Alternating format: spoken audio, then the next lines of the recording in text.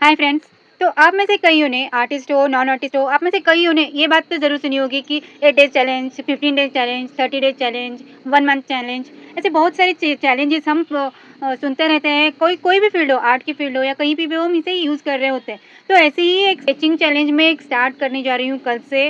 तो यहाँ पे हम बहुत सारी पॉइंट्स शेयर करना चाह रहे हैं मैं। तो ये 30 डेज़ चैलेंज, स्केचिंग चैलेंज आपको पता है क्या? क्या होता है ये? तो ये एक सिंपल वे में आपको बताती हूँ। जैसे हमें कि कोई आपको कुछ भी नहीं आता आर्ट के बारे में, ठीक है? आर्ट की चाहत है कि आप बनाना चाहते हो, पर ये तो बन नहीं रहा। तो ये कैसा है कि एक दिन में तो नहीं होगा, बट एक दिन ज़रूर होगा। ये लाइन तो आपने बहुत सुनी होगी, बहुत जगह इसे पढ़ा भी होगा। तो यही हमें यहाँ पे फ़ॉलो करना है। स्केचिंग एक ऐसी चीज़ है जो हमें एक बहुत अच्छी ग्रोथ देती है हमारे ड्राइंग स्किल्स को इम्प्रूव करने के लिए, ठीक है? तो 30 डे चैलेंज मतलब क्या होता है, हमें फर्स्ट डे और लास्ट डे इसमें कंपैरिज़न होता है। जब ये कुछ आपने छोटे बच्चे को देखा होगा नियर बाय 1 ईयर, तो 1 साल का जो बच्चा होता है, छोटा बच्चा, तो वो कैसे कर रहा होता है, उसे हम कुछ टाइम देना ज़रूरी होता है। वो चलना खड़े होना सीख रहा होता है, बट उसे चलना नहीं आता। वो कॉन्फिडेंट फ़ील नहीं करता। और सेम लाइक आर्टिस्ट, हम सब बिगिनिंग लेवल पे हम भी कुछ ऐसा ही फ़ील कर रहे होते हैं कि हमें आर्टिस्ट इधर-उधर देखते हैं, सभी को चलता हुआ, दौड़ता हुआ देखते हैं और हम तो ढंग से खड़े भी नहीं हो पा रहे। तो ऐसा हमें लगता है। बट वो बच्चा जब क्या करता है, वो उसकी फर्स्ट स्टेप ने कभी आपने ऑब्ज़र्व की है? उसकी फर्स्ट स्टेप होती है कि वो कहीं पे तो सहारा ढूँढ रहा होता है, ऐसे ही खड़े नहीं होता, है ना?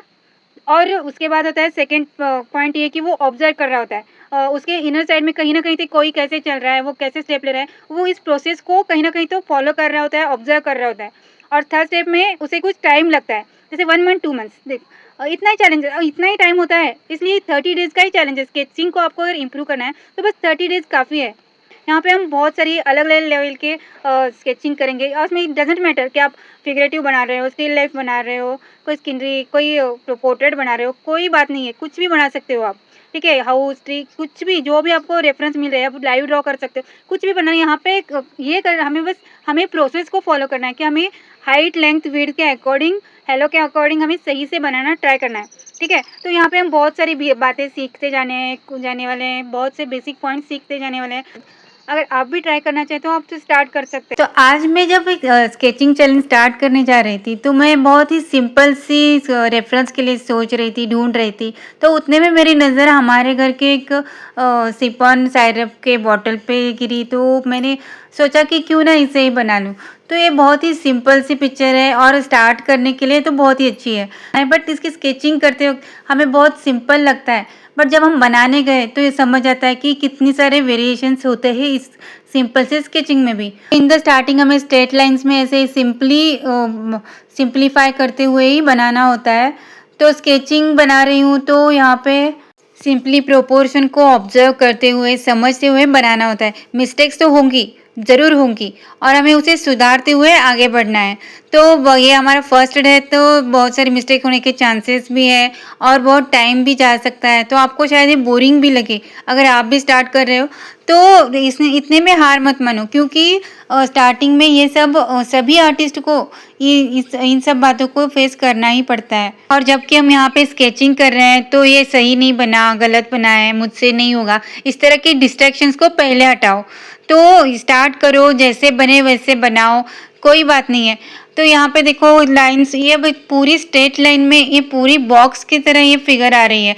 रेफरेंस चूज़ की है आज के लिए और सिंपल सी, इसमें भी हम बहुत सारे डिफरेंट टाइप के फिगरेटिव रेफरेंसेस ले सकते हैं। जैसे जैसे हमारी प्रैक्टिस बढ़े वैसे वैसे हम डिफ़िकल्टी लेवल भी बढ़ा सकते हैं स्केचिंग में भी।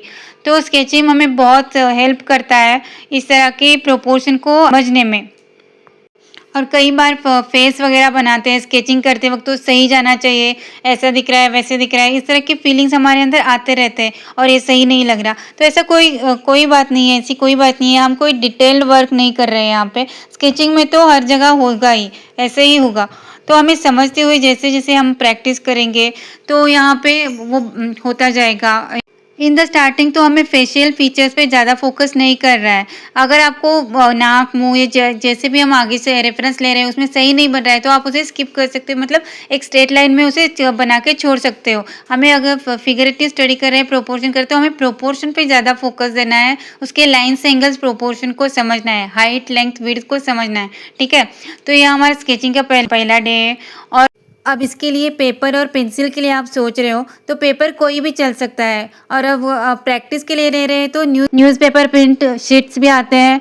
और अगर पेंसिल की बात है तो थोड़ा डार्क लें तो बहुत अच्छा होगा अगर इफ़ पॉसिबल। तो यहाँ पे अभी लाइटली वैल्यूज डाल रही हूँ, इसकी कोई ज़रूरत नहीं है, फिर भी हमारा मन करे तो हम थोड़ा बहुत कर सकते हैं फील लाने के लिए। ओके, तो आप भी स्टार्ट करो, आपको जो भी रेफरेंस मिले उससे स्टार्ट कीजिए, ठीक है। फिर सबसे ज़रूरी है वो कंसिस्टेंसी, ठीक है। ये सिर्फ आपके लिए नहीं, मेरे लिए भी है। हाँ, कहीं कभी आगे तो हमने देखा नहीं है, बट कहीं इधर उधर हो सकता है 1-2 दिन, बट हमें ट्राई करना है कि हमें कंसिस्टली वर्क करना है। भले ही आप आधा घंटा दो, 10 मिनट दो, 20 मिनट दो, बट कंसिस्टली टाइम देना ये बहुत ही इंपॉर्टेंट है, और स्केचिंग के लेवल पे, ठीक है। डजेंट मैटर कि आप कौन सी पेंसिल ले रहे हो, कौन सा पेपर ले रहे हो, कौन सा इरेजर ले लो, जो भी आपके पास है, आप अवेलेबल है, उसे आप लेके स्टार्ट कर सकते हो। तो आज हम ये रेफरेंस ले रहे हैं, इस तरह की स्केचिंग करने से हमारे फ्लो में बहुत ज़्यादा इम्प्रूवमेंट हो सकती है। इसके लाइंस के रिदम को हम समझ सकते हैं, पूरी पिक्चर किस फ्लो में जा रही है, किस तरह की रिदम यहाँ पे हम यूज़ कर रहे हैं, हम बहुत अच्छे से समझ सकते हैं। अब आप कहोगे कि हमें फ्लो को समझने के लिए ये ह्यूमन बॉडी हो या एनिमल्स बॉडी हो, इन बॉडीज़ को ही क्यों यूज़ कर सकते हैं? हाउस हो या कोई भी स्केनरी वगैरह हो, तो उसमें हम फ्लो को समझ सकते हैं क्या नहीं? तो देखो, यहाँ पे हमें जो भी ह्यूमन बॉडी होती है इसके बहुत सारे वेरिएशंस हमें मिलते हैं। एंगल्स में बहुत ज़्यादा इम्प्रूवमेंट मिलती है, जैसे कि हमारी प्रैक्टिस होती है, हर एंगल में हमारा हाथ मूव हो रहता है, लेग्स हो, हमारी पूरी बॉडी हर बार एक नया लुक, एक नई प्रोपोर्शन हमें दे रही होती है। तो क्या होता है, हम अगर इसे बार-बार करते रहें, प्रैक्टिस करते रहें, तो इससे बहुत ज़्यादा प्रैक्टिस होती है हमारी कम वक़्त में।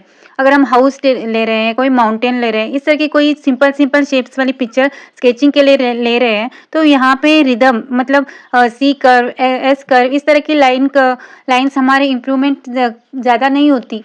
सो हाँ, ह्यूमन बॉडी को ज़्यादा प्रेफरेबल लिया जाता है फिगरेटिव स्केचिंग में, इस तरह के स्केचिंग को ज़्यादा इम्पोर्टेंस मिलती है। एज़ माई थॉट, हमें यहाँ पे बहुत सारे रेफरेंसेस मिलते हैं, ठीक है।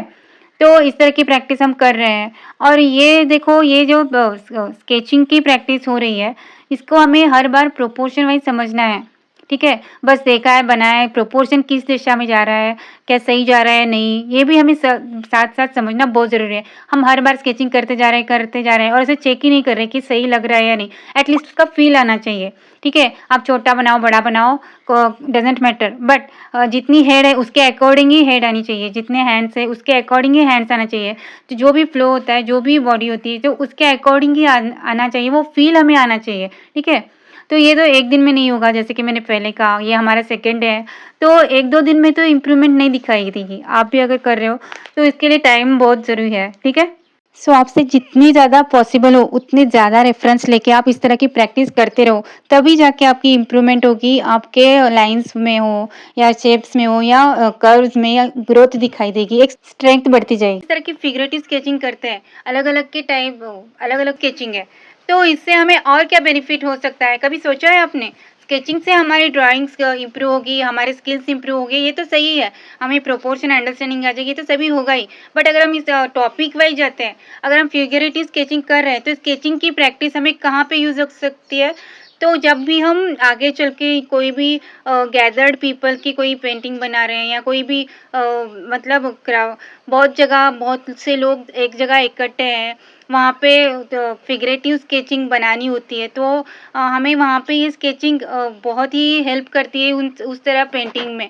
हम इजीली डायरेक्ट कलर से इस तरह की स्केचेस वहाँ पे बना सकते हैं, उस पे वर्क कर सकते हैं। अगर हमारे पास ये स्केचिंग की प्रैक्टिस नहीं होगी, अगर हमने फिगरेटिव स्केचिंग की प्रैक्टिस नहीं की है, तो जब भी हम फाइनल वर्क कोई भी ऐसे इस तरह की मतलब कोई फेयर वगैरह है या इस तरह के कोई रेलवे स्टेशन, इस तरह की जो कंपोजिशन वाइज़ हम मतलब पीपल्स की जो पिक्चर पेंटिंग बना रहे होते हैं, तो वहाँ पे ये स्केचिंग अलग-अलग एंगल वाइज़ वहाँ पे हम प्रोपोर्शन को बहुत ईज़िली समझ सकते हैं। स्मॉल, बिग साइज़ को बहुत अच्छे से एडजस्ट कर सकते हैं।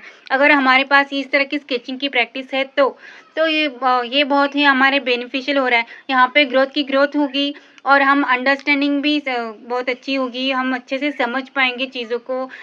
अगर हम हैंड बना रहे हैं तो कितनी साइज़ कहाँ पे हेड कितना होता है, हेड के अकॉर्डिंग बॉडी कितनी आनी चाहिए, ये सभी पार्ट्स हम बहुत ईज़िली समझ सकते हैं।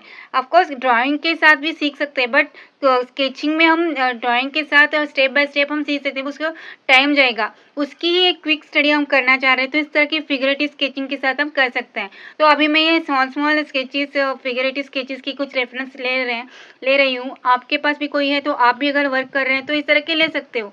आप कोई भी लो, बट हमें क्या समझना है कि हमें ईज़ी टू हार्ड पे जाना है। पहले तो सिंपल लेने हैं रेफरेंसेस, उसके बाद हार्ड पे जाना है, वरना क्या होगा हमारी कॉन्फिडेंस लो होगी और हम अच्छे से नहीं समझ पाएँगे, ठीक है? तो हम बहुत ऑकवर्ड फ़ील होगा या हमसे नहीं होगा, इस तरह की डिस्ट्रैक्शन हमारे अंदर आनी स्टार्ट हो जाएगी। तो आप भी बनाते रहो, keep practising.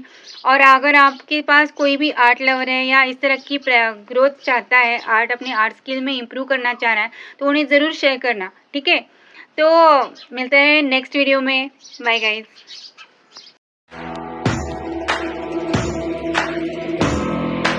Why we got to the 6 wins.